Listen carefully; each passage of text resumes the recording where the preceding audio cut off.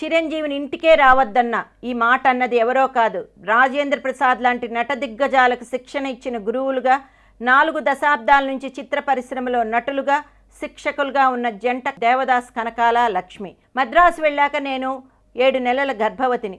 రాజీవ్ కడుపులో బిడ్డ అయినా సెంట్రల్ జాబ్ కాబట్టి కాదనకుండా నాటకాల్లో నటించాను. రాజీవ్ పుట్టాక 1974లో లెక్చరర్గా నాకు మెడ్రాస్ ఫిల్మ్ ఇన్స్టిట్యూట్లో ఉద్యోగం ఇచ్చారు.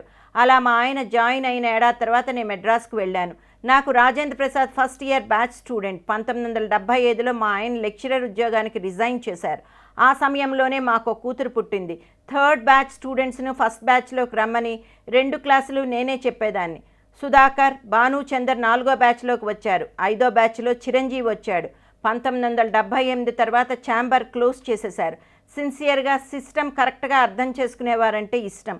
రాజేంద్ర ప్రసాద్ మంచి విద్యార్థి, అందరూ సమానమే. సుబ్లేఖ సుధాకర్ ఇష్టం, సమయానికి క్లాస్కి హాజరయ్యేవాడు, సిన్సియర్గా వర్క్ చేసేవాడు. ఒకసారి చిరంజీవి తెల్లవారుజామున మా ఇంటికి వచ్చాడు. ఆ సమయంలో తన చిత్రం విడుదలైంది. 1 గంటలో ఇంటి చుట్టూ జనం మూగిపోయారు. ఆ తర్వాత మెడ్రాస్ ఫిలిం ఇన్స్టిట్యూట్లో యాక్టింగ్ బ్యాచ్లు జరిగేటప్పుడు చిరంజీవిని అక్కడికి తీసుకెళ్ళా. అక్కడ కూడా జనం మూగిపోయారు. దీంతో అయ్యా నువ్వు మా ఇంటికి రావద్దు, నేనే మీ ఇంటికి వస్తాను, చూడాలనుకున్నప్పుడు కాల్ చేస్తే నేనే వస్తాను అన్నాను. ఆ తర్వాత చిరంజీవి డాక్టరేట్ పట్టా వచ్చినప్పుడు నన్ను ఇంటికి పిలిపించుకున్నాడు. ఆత్మీయంగా మాట్లాడాడు. ఇప్పటికీ మా ఇంటికి చిరంజీవి, రాజేంద్ర ప్రసాద్, సుబ్లేఖ సుధాకర్ వస్తుంటారు, మాతో కలిసిపోతూ ఉంటారు.